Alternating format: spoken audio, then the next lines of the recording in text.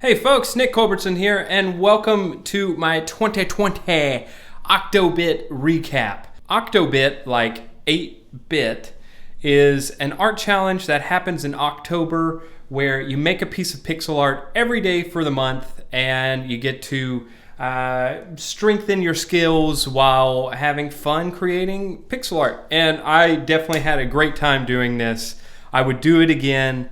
I feel like I improved as the time went on. So to show you as a baseline where we started, I did another pixel art challenge last year, and these are some of the pieces from that. I did it with the hashtag Pixel Dailies and did it for about a month, just like this. But that's just to show you sort of where I was whenever this started.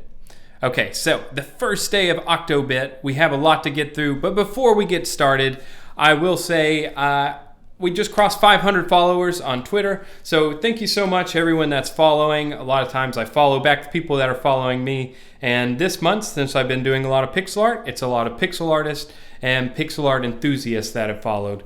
So yeah, it's nice to have my feed filled with pixel art again instead of the political nightmare dumpster fire hell on the internet. Oh my god! It's nice to have some pixel art on my feed again. Okay, let's get started going through these pieces. So, fortunately, while I was making these, I sometimes will be working on a layer in Photoshop and then I'll create a new layer because I don't want to lose the progress I have. So, for example, this is the finished first piece that was woolly hair. You can see it's very much in the same art style of the previous art challenge I had done.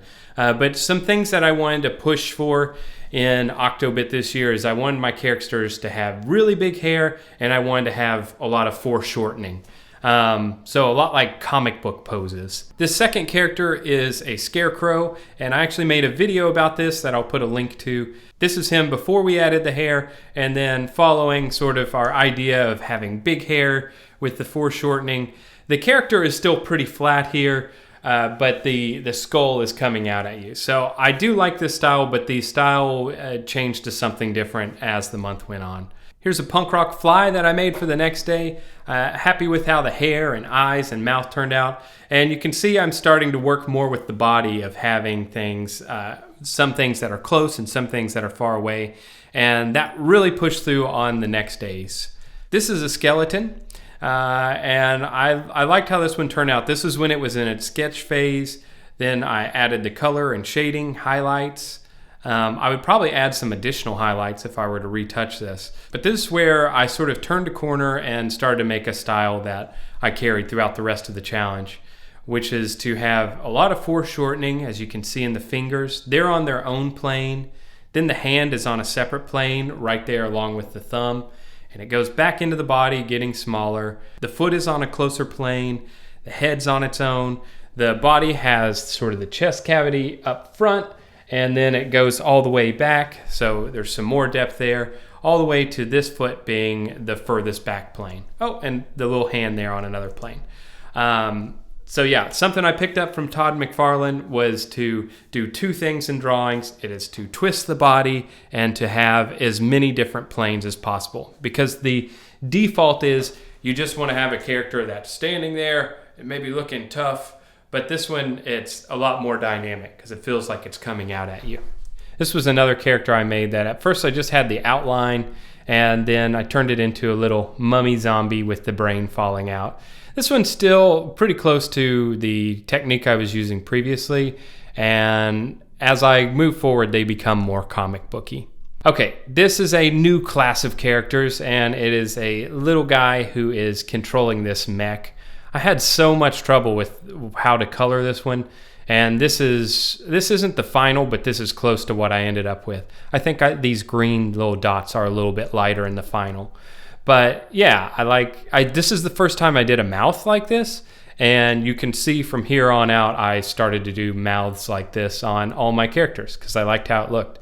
And I think that's how you develop style, is by going through the process of doing this every day, and then there are just little things you do that might click on this piece that you bring with you, and it just becomes a part of your tool belt. Here's another one of those crazy looking mechs, has this little dude inside of here, and he's driving around a little octopus person.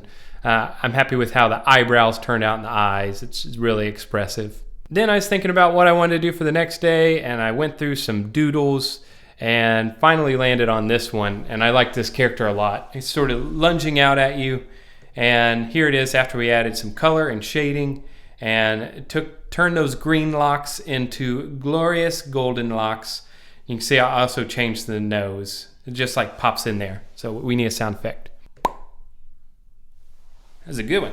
This is a character I ended up not using, and this happens sometimes. You're working on a concept and you get into it and you think, maybe I like the character design fine, but maybe I could draw this a little better. Because again, even though his leg's coming forward, it all just felt really flat, so I didn't bother with finishing it. Instead, I moved on to this character, which was a luchador, and I wanted him to be thicker, so we made him thicker. Made everything a little bit wider and added those dreads. Next, we moved away from big, strong characters, and we just had a burger, big, meaty burger for the next day. Here it is with no shadows, and there's some shading added, and I thought that burger's a little too big a burger, so I made a smaller burger, even though it's still a big burger. Next, moved on to this punk rock guy who's in a tight little ball there, and I was looking at it, and I was thinking, something's missing here. Can you look at this and tell what's missing? It was an ear! For some reason I was drawing it, I was like, this looks good, and then I had forgotten the ear, but I added the ear, and then this is the final details being added. Big nose ring. Almost had one of those at one point, or I thought I wanted to have one, and thank God I didn't get one. Not that they're not cool on people, it's just let's move on. Next, I made this pizza. It started out as a super jumbo piece of pizza. Then I made it a smaller super jumbo piece of pizza. But if you look at them back to back, it looks like it's breathing. Interesting thing to note about this pizza, it does have pineapple on it. And there are two types of people. There are people that love pineapple on pizza, and there are people that are wrong about pineapple being on pizza because it belongs on there. No, pineapple on pizza is a very memeable thing, but I do actually enjoy it. And interesting thing to note, that we will now note, is that the pineapple is on this pizza, and there's also Canadian bacon in there. Did you know that pineapple on pizza started in Canada? So a pizza that has Canadian bacon on it and pineapple should be the national food of Canada. If you just pour some Putin gravy on it and some of those little cheese. Oh, it does have the cheese. Just missing the gravy and the French fries. Moving on to another character that's very comic booky. I made this character whose main design is that it doesn't have eyes and it has big teeth. Someone noted that it sort of looks like something from Aliens. I definitely see that. Also has like the symbiote look to it. But here it is. We added some big, glorious green locks of hair there. And finally adjusted everything, added a big old tongue, and had these tiger stripes. Yeah, I like it. Once I made this one, it was my favorite piece. Next character I made was a Cyclops that started out as this sketch, and here made him. His arm wasn't really working for me all the way, so I ended up adjusting it. Added some gloves and whatnot. It has that big eye. Yeah, pretty cool, and definitely pushing the foreshortening as much as I can. If I were to rework this one, this hand, something feels a little off about it. So let's not look at that hand. The rest of it's pretty cool. Then I had a brain in a vat. At first, this was going to be a TV screen that had an eyeball on it, like someone was remote controlling it. But my wife thought it looked like an actual eye, so I was like, oh, let's make it an actual eye. And so now the veins coming out. I was going to put two eyes on there, but time. Ooh, then I did an actual sketch. I very rarely do actual sketches. I usually do the sketching in Photoshop. But my daughter and I were out playing and we were drawing, so I was like, oh, I'll make this character. And his legs didn't quite fit there, so I moved those up, and then we added the body, and it looks like Piston Honda, but not Piston Honda, because it's a sumo guy, but he has boxing gloves because I didn't want to draw another set of hands. Moving right on to our next character, comes from another sketch. This is a dude flinging through the air, big old hair. And there he is. The only thing that changed from after I had the shadows here is the coloring and detail in the hair, and we added that necklace. One thing I like to do with colors sometimes is have them hue shift as they get darker. So the darkest color here, of course, is black, but before that is purple.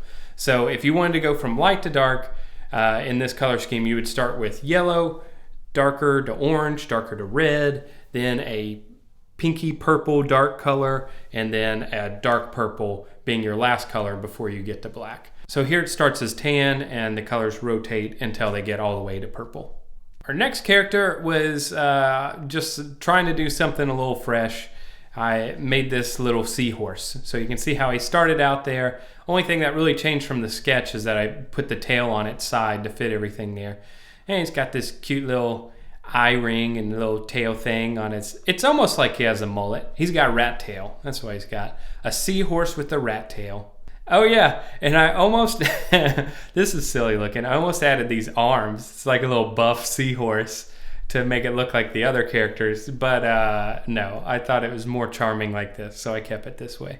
Then we have another one of these mechs. This one has a big powdered wig hair like Beethoven or something, and this was before, and this is after I added another one of these little nodules of hair and hair coming around the sides.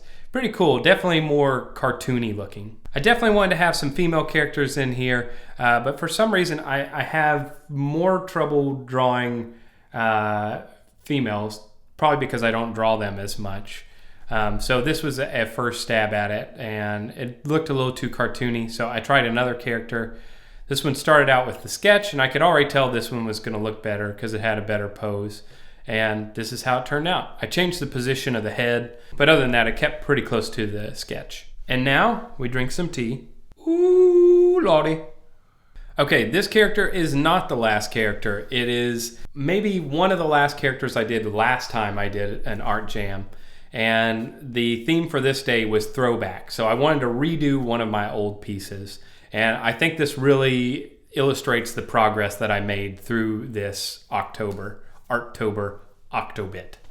So I started out with our original sketch of this old character. I wanted to keep the hand and the head, but everything else I was resketching. Then I did a clear layer and just sketched over it the way I wanted it. Already the pose felt way more dynamic because you have the foreshortening of the hand up close, the head on a different plane, this hand on a different plane, this leg going back. Yeah, so there's a lot of depth happening there. And of course our big chunky hair. Here it was after I added the initial color, and then this is the final shading and highlights.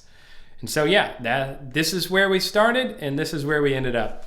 I definitely feel like it's an improvement, but it's also just a different style, so it's kind of subjective as to whether you like this style better or the other style. But before going through this challenge, I was incapable of creating a piece in this style. So definitely feel like there was some growth there. If you're ever thinking about doing a challenge like this, I highly recommend doing it. They're super beneficial, but try to protect yourself against the time pitfalls unless you can actually dedicate an entire month to, okay, I'm only going to work on this one task. Because all my other work I was supposed to be working on this month just did not happen. So now that I'm finished with this huge project, this huge marathon sprint, it's time to get in a marathon sprint of catching up on other stuff. So thanks so much for watching the video. If you're not subscribed, then what you doing? Hit the subscribe button. And if you're not following me on Twitter, come on, jabroni. Thanks for watching. Bye-bye.